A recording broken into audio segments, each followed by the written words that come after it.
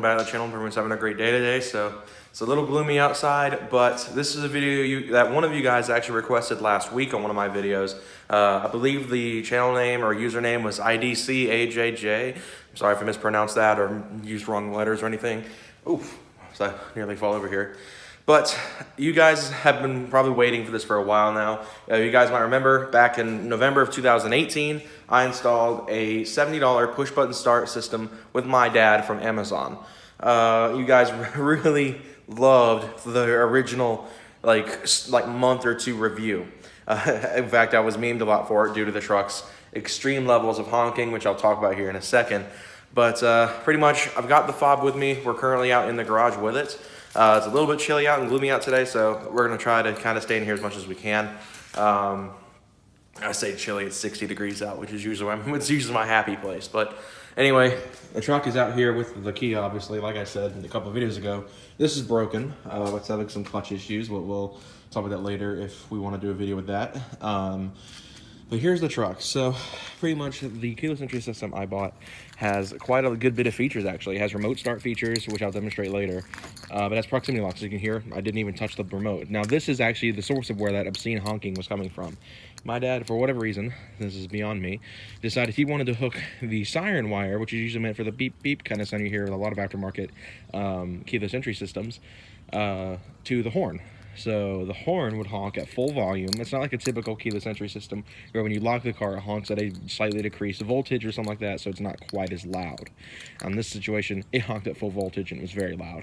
So I got sick of it because I'd come out here and every 3 seconds it would lock and unlock, honking and honking and honking and honking, and it was just awful. So I unplugged the horn altogether. Like, it's literally completely functionless. It does have proximity locks, like I said. The fob is completely functional. I still don't know what this button does in the middle. I believe it's a pairing button for new ones. We got brand new ones.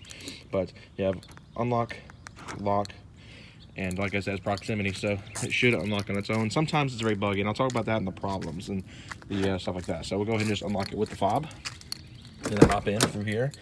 So we're gonna go and hop inside here to demonstrate the actual functions of the button itself. So now we're inside. So here's our button here. So technically this is the off position. You can see it's got this really nice blue ring right here that blinks and pulsates in different ways whenever you know, it's sitting here. If it detects the fob, it does this really nice little fade in and fade out, slow breathing kind of style. When you put it in an accessory, it does this like quick blink, quick blink. When it's in run, it does the same thing except faster. And you shut it off, it does that. Now this was wired kind of different. Most people will wire it directly into the ignition cylinder. We tore apart the harness and did it that way. We hardwired this in. So it's completely different than most installs. So I would not recommend going that route. Each car is different. We decided to go completely just extreme route with this because my dad's a master electrician and can figure that out. So that was kind of that. You tap it once to put it in accessory. I'm sorry, the angle's not really right here because of where the placement is. Tap it once to go in accessory, tap it twice to put it in run, and then tap it a third time to shut it off. Now, this does not have the brake sensor hooked up to it, so you don't have to hold your foot on the brake to start the vehicle. I do it just out of practice. So to start, just simply hold the button down.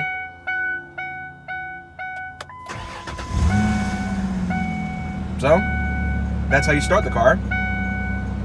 And then to shut it down, simply hold the button again. So that's how that works. So like I said, it's a very simple process. The install wasn't very simple because no one really does these on these trucks. It's not like cars like the IS300. I saw lots of people do that with the IS300s. This is only one of 2 sport tracks on YouTube that have this done. So it's kind of crazy. It was kind of just a spur of the moment thing because we'd had a second keyless entry system that was on the remote for the original key that didn't really work well going together. So we wound up going this route because that's what I really wanted to do. A very personalized touch and all that kind of stuff. And it came out great. I love it. Sure, it's not very fast. I could probably start it with the key a lot faster than holding that button and waiting for it to do its thing, because it pretty much goes through a process of going through the entire thing. It goes accessory, run, start, much like you would with a key. You know, put it in accessory, run, start kind of deal. That's kind of what it does. It goes through that process. It's not like a normal, like, you know, usual install. You push it, hold it, it starts immediately. So it does prime the fuel pump properly and everything that a normal push button start on this kind of truck would just go straight to starting it. So it's pretty cool stuff. Different install, like I said. It's not quite as quick as the normal install would be. That's all install stuff. So if you installed it the proper way through the ignition cylinder, this would not be a thing that would happen. We had tried other placements. Like I really wanted it right here because of at the time I was very fascinated with the S550, and it had a very similar kind of start the button location. Just tap right there and you're going. But with this car, we put it here because of the fact that it left a huge gaping hole when we took the ignition cylinder out here. We pretty much just assembled the entire like dash to get it done. With these trucks, it's not very easy to install these kind of things. But that's the interior stuff. That's what the button does from the inside of the truck. So like I said, just to demonstrate one more time, accessory, run, off. So my locks aren't quite happy right now, so let me go ahead and hop out of here. It does automatically unlock whenever you turn the truck off as well, which is really nice. The module, also before I actually, should have shut the door. The module is currently located, it does have a complete computer module. We have it located underneath this piece here of the dash. So if you guys saw the install video, you guys probably noticed that as well. So the last feature we're going to demonstrate is the remote start. So with this setup, it's quite simple. Simply take the lock button, hold it down, a lock.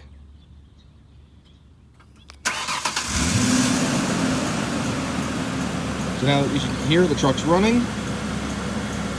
Now it's not really good for like most cars where you can just hop in, hit the button and go. I have never tested that. I don't want to find out.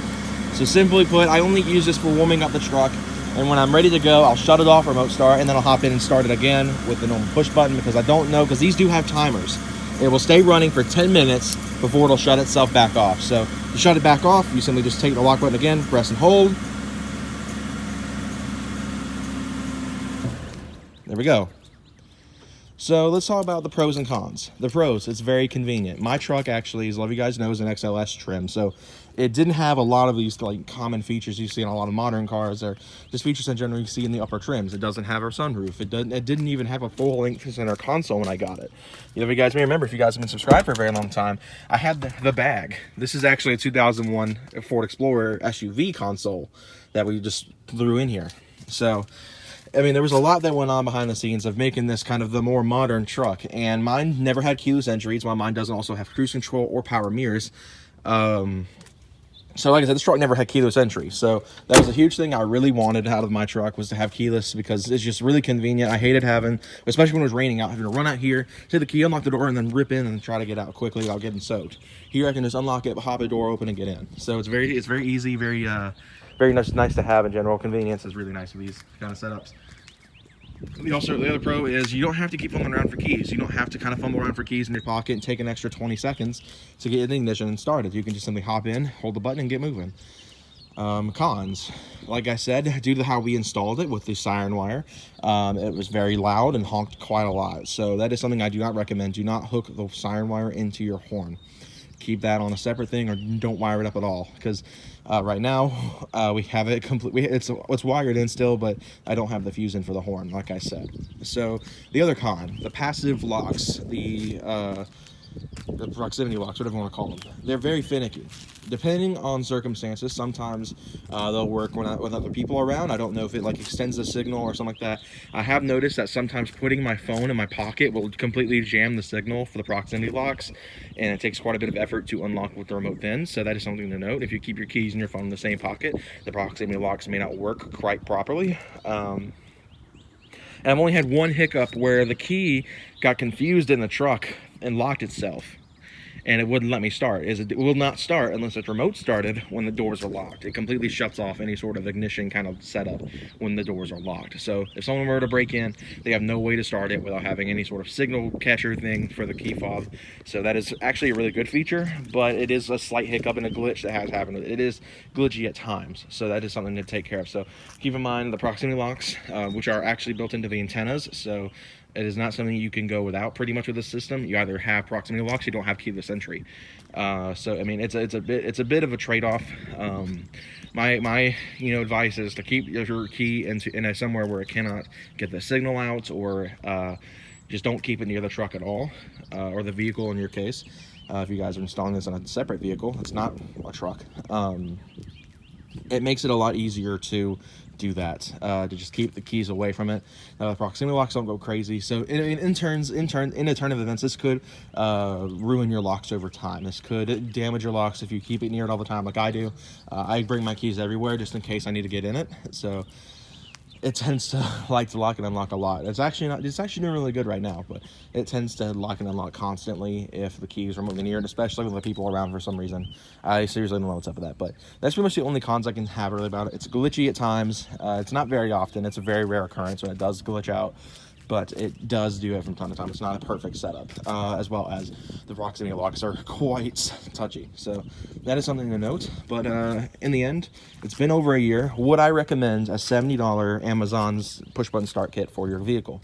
I think so. If you have the wiring skill and can get it done, do it, because it is a very nice convenience mod. Like I said, I'm not having to fumble around for keys anymore to unlock the door and get in. I won't lock myself out because I have my fob in my pocket, and it will not lock with the fobs in there unless you do it from the inside of the vehicle, which if you have keyless entry, I don't see why you would do that anymore. So that's pretty much that. I recommend it completely. If you have a vehicle and you want to have push button start on it, it's a very good way to do it. It's fairly inexpensive, and you just have to have some wiring skill to get it done without having to take it to an electrician and, you know, pay out quite a bit of money. So I hope you guys enjoyed this video. Be sure to like, subscribe for more content coming soon on the Sport Track. We've got custom headlights ready to go for it. I've got a lot to talk about with it, actually, because I've had, you know, a lot of thinking lately, and I'll probably dedicate a whole video to that. Probably not this week. Obviously this is the last video of the week, so I'm actually filming this on Tuesday, so I got a really good start this week. So we'll probably talk about that more in a live stream this weekend, possibly, or next week. So keep your eye on my Instagram where I might talk about live streams. But hope you guys enjoyed. I'll see you guys next time. Have a good one.